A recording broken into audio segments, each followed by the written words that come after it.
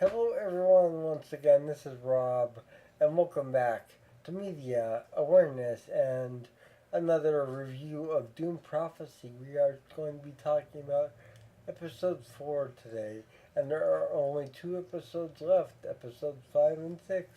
So if you're not caught up, be sure to get caught up, and if you don't care, keep on watching my reaction to episode 4. And I will be talking extensively.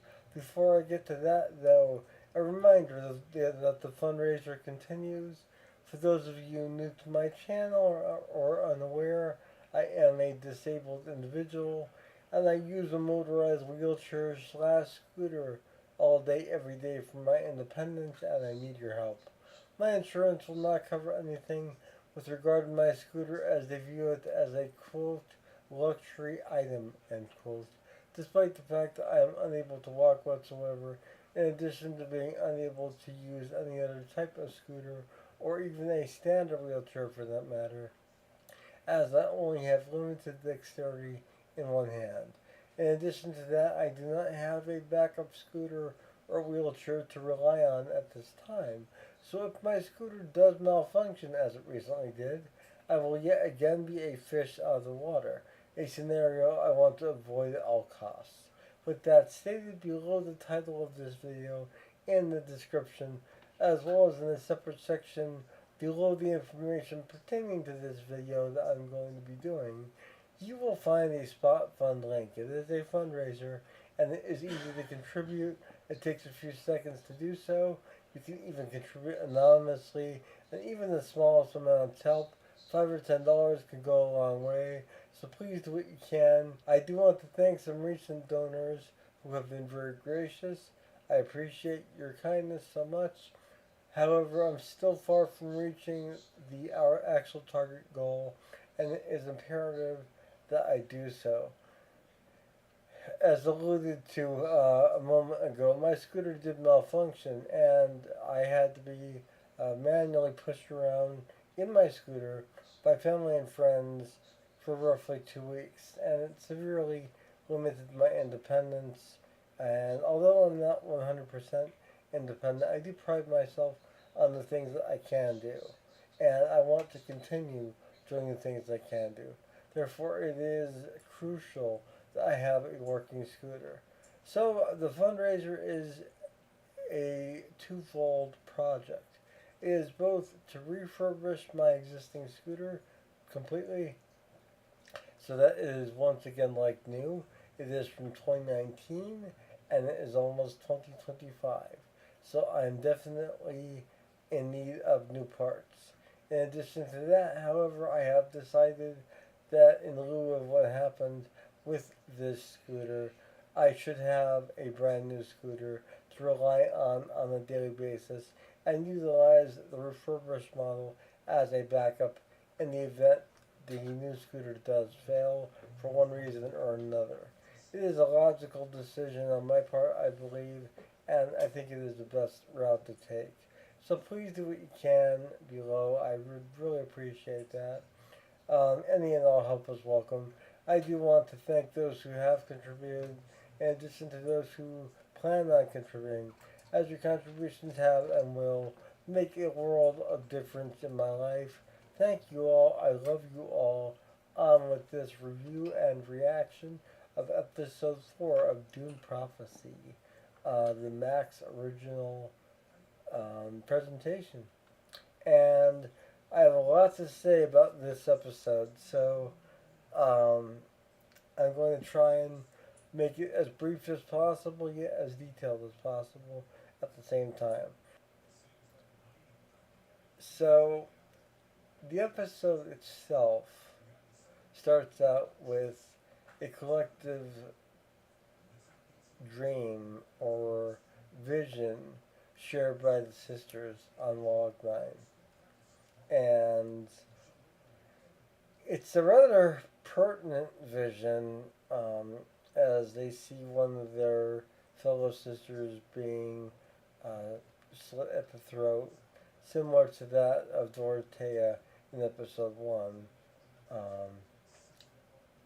and amidst this are all of the catacombs and such of Wall 9 itself.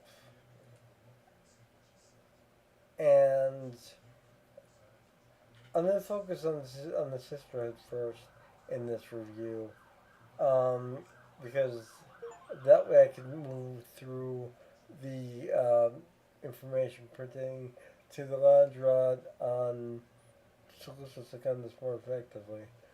But the sisterhood on Log 9 are dealing with um, these visions, and they may or may not be uh, connected to the fact that at the end of episode 3, Tula placed Lila's body in this spice container in the computer system of Log 9 to heal her from her coma state from attempting to contact her ancestors, which had not been for the spirit of Dorothea, she would have probably succeeded and returned from that state.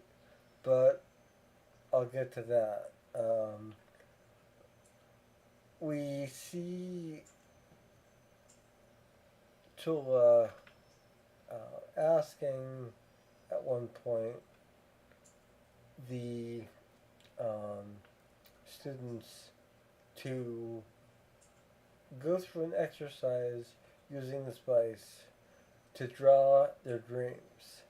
And at first they start out rather mundane and normal.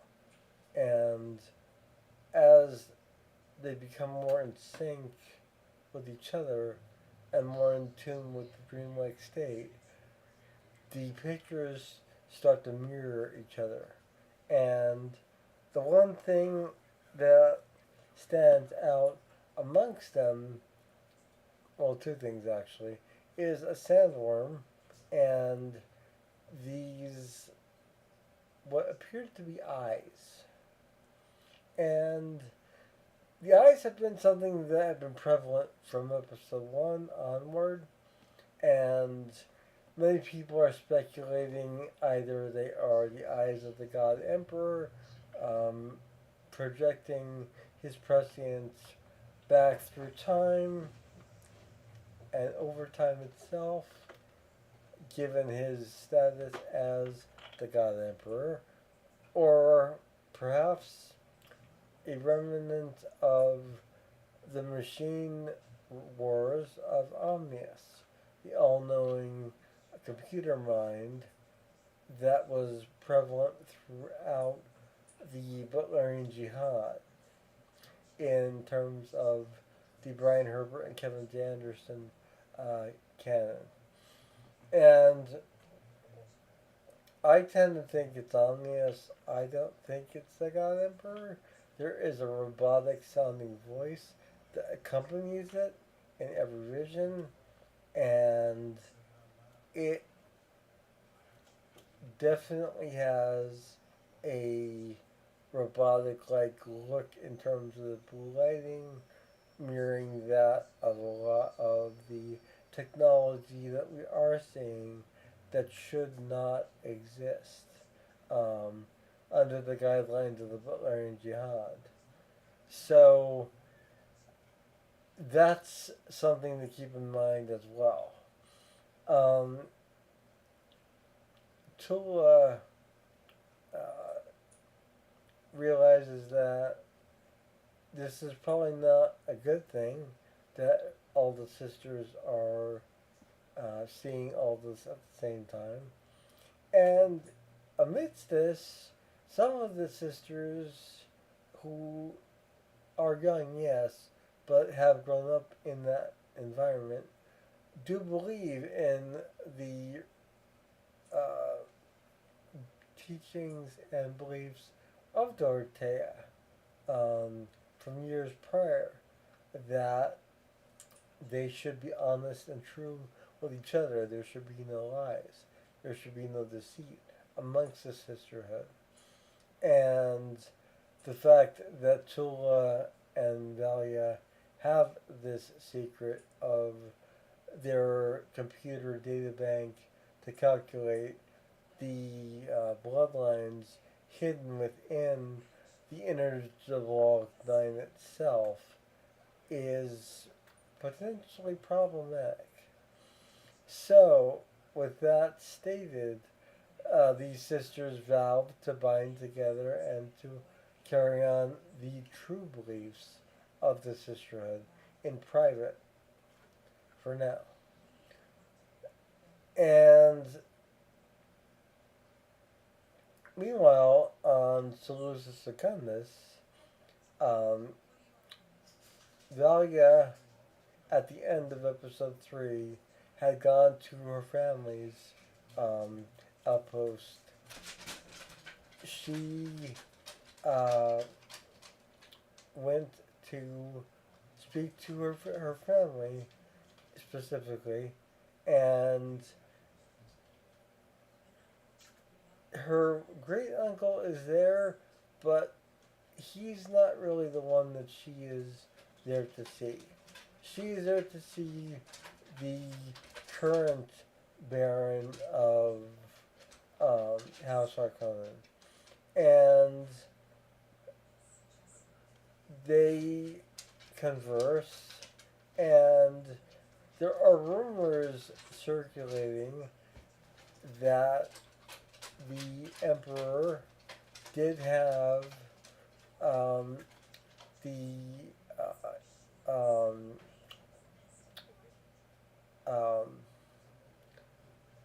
intended husband of the princess, the descendant of House Lucchese, murdered. And these rumors are floating around quite persistently, and they are spreading quite rapidly.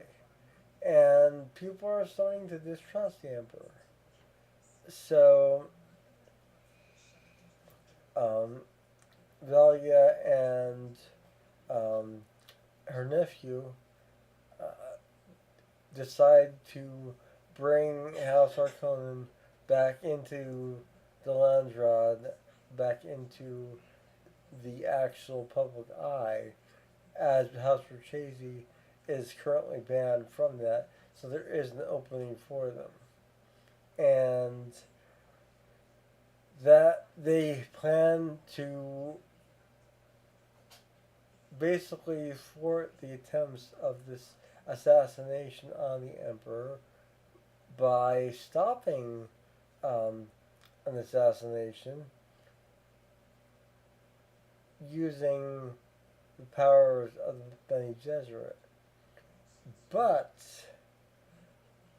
at the same time, we have Kira Trades, who is planning on assassinating the Emperor as well. And he is in the chambers alongside everyone else that's there. And in addition to that, we have, of course, our man Desmond Hart, who has managed to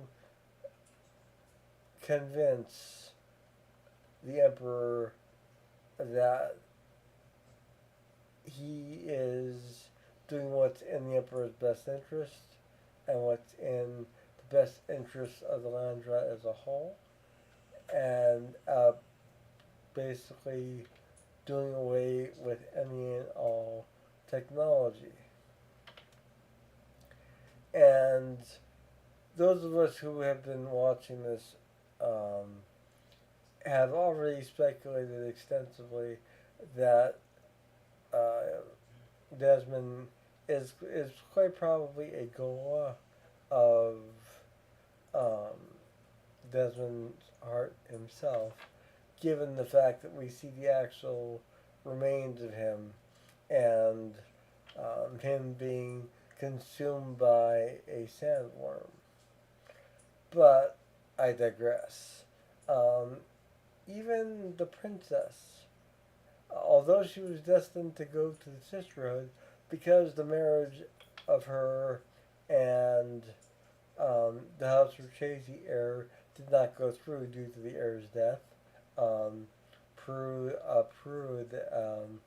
Chasey, uh,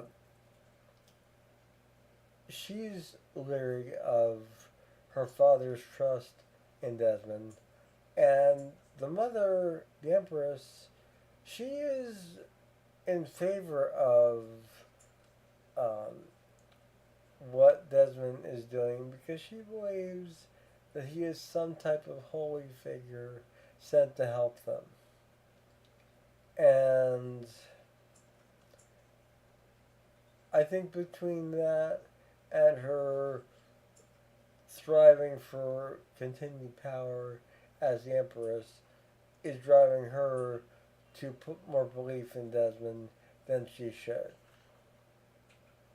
Um, and Desmond speaks to the Emperor at one point uh, in this chamber where the Emperor, where Desmond is burning the notes and papers from Kasha, who perished in episode one, as you may recall. Um, the Emperor's prior truthsayer, and he talks to the Emperor, and he basically says, what you're doing is right, and what we're doing is right. Meanwhile, Kier Atreides meets with a Ixian to get some Ixian technology to carry out his assassination on the Emperor with technology. And when the Landsraad does meet and everyone is there, House Harkonnen immediately is on the bench basically to plead their case to once again rejoin the Landsraad. Um, and there are some chuckles amongst the others. They don't have a lot of belief in House Harkonnen, and they tend to chastise them due to what occurred at the Battle of Corin. Um, but as House Harkonnen is speaking, the princess comes forward and says what House Harkonnen was going to say, and that was that the dismissal of Pruid, the unfortunate death of the child, was not an accident. It was intentional, and it was caused intentionally by Desmond. And before House Harkonnen could say that, the princess says it for him, and the House Harkonnen Baron returns to his uh, Reverend Mother, who is obviously his great aunt at that point, or aunt, I should say, not great aunt. And the princess amazingly is able to not only stop Kier from carrying out his assassination, but Desmond pulls out the technology that was going to be used to carry it out and destroys it.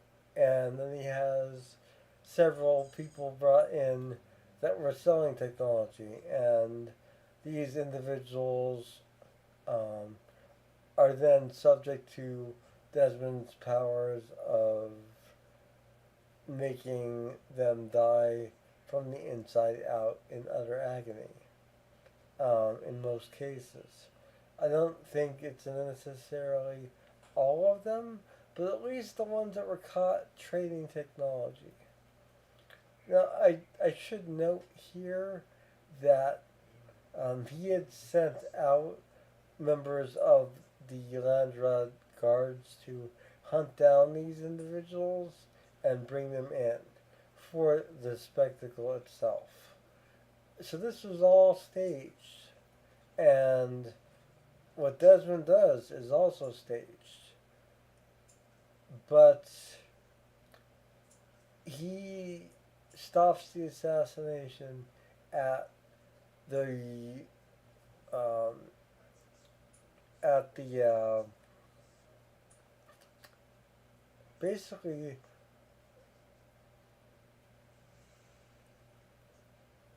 stifling what the Bene Gesserit were trying to do by reinstating their power in the Landrad and their power in general. Um, he oversteps them, in other words, and it's a rather poignant moment. But when he does this, he's bleeding quite profusely, and Valia happens to be able to collect a sample of his blood in hopes that it will, when fed into the database, unlog 9, tell them whose family he belongs to and what the correlation is between his power that he has and what he is able to do in terms of resisting the sisterhood and his powers of um, ungodly powers, basically burning people from the inside out, which is definitely technologically questionable. So we have all of that, and Valia returns with the Baron to the Harkonnen stronghold on Solstice Gun that's following this meeting, and the great uncle is being sarcastic towards his nephew and or his great um, not nephew, his great descendant, the current Baron, and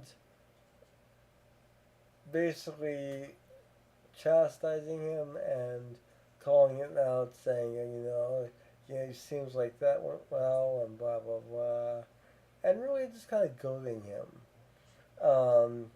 which only infuriates him, and he walks off. Valga is quite taken back by this whole thing, and when she speaks to her nephew, um, she says that it's alright. What we set out to do was done, and now we have to deal with the consequences. Um, and they still have to reassert themselves in the Landry Council somehow amidst this turmoil that Desmond is causing. Now, I should note also that there is an acolyte, I believe I mentioned in the last review, that accompanied Dahlia in this whole ordeal.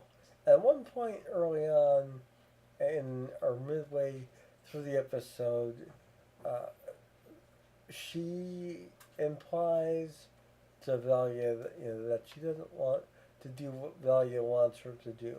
And Valia is saying, I didn't ask you.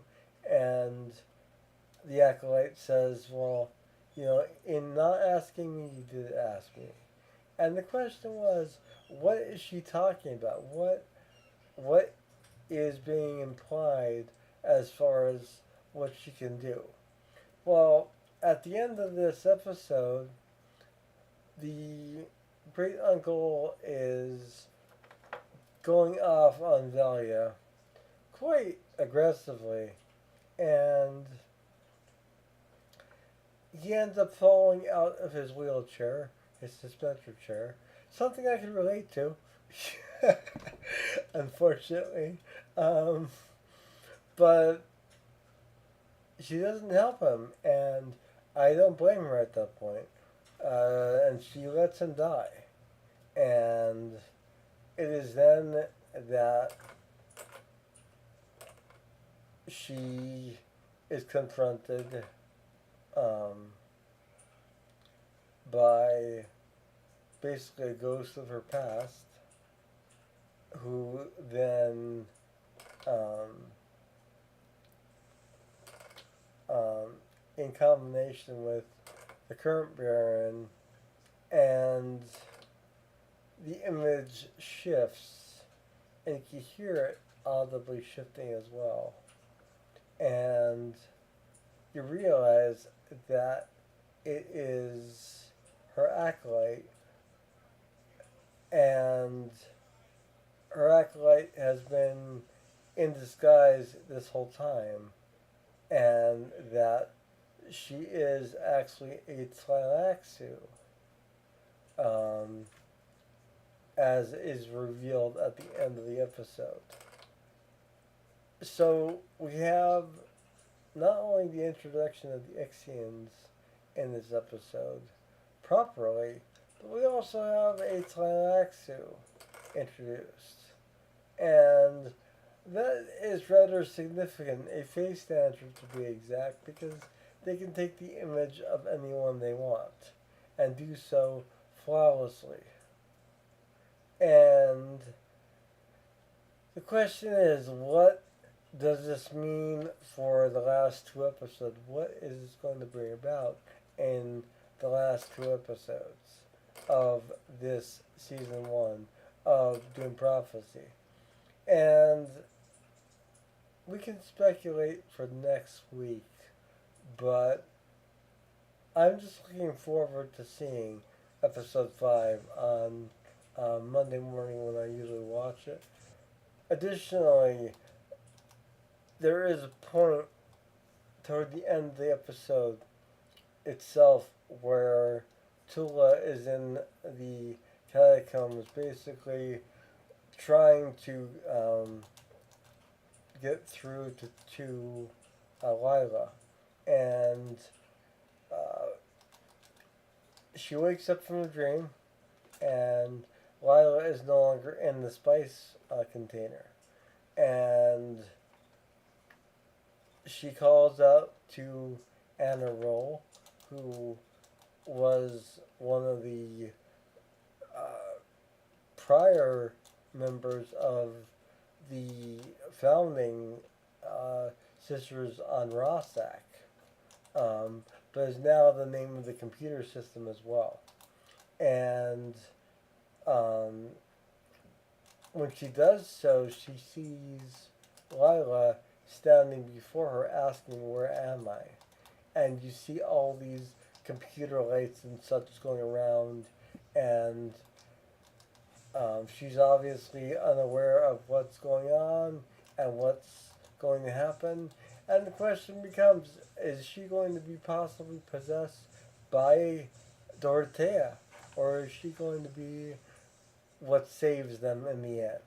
I watched it twice just to make sure I was able to gather all these details, because there was a lot that went on, and it was really difficult to keep it all straight and to convey it to you guys in a cohesive manner. And it's compelling. It's really compelling. And I like the direction this is taking. I think it's a brilliant way to carry out this new series, this expanded Dune universe. I do hope that we can perhaps be able to go further than this and see the events of the Bulgarian Jihad and those three novels and the subsequent trilogy as well put onto the screen for us based on the success of Dune Prophecy, assuming it does achieve the acclaim that it is currently getting. Um, now I'm still wondering what the end game of this is because we have Desmond. Is he somehow part machine, part man? Is he a Goa? What is he exactly? And how do the Tlaxu uh, basically factor into all this? Um, we know that they are responsible for harvesting and creating Golas. So this can all connect in some way, perhaps. One thing I do want to mention throughout this episode was although the Sisterhood did not come up with the rumor of the Emperor and the Emperor's house being behind the assassination of Pruid Berchese, they were helping to spread this rumor around to sort of fuel the fires of um, basic mistrust for the emperor himself. Also, while in the Landsrod meeting, when um, Desmond comes forward and says that he did kill Pruitt, that it wasn't a murder that he uh, did. It was an execution to stamp out and to bring forward those who were responsible of still using banned technology. So he is trying to assert himself as a holy figure of sorts within the Emperor's court, and doing a damn good job of it, I may say. So yes, there we have Dune Episode 4, Dune Prophecy Episode 4. And I will have some other videos this week as well, but I'm really looking forward to my review next week of Dune Prophecy Episode 5. The tension is building in the Sisterhood amongst the different factions. The tension is brewing on Seleucus Secundus, and the Landsrod is in a total disarray now, and Desmond is growing in his power, and not just physically, but politically as well.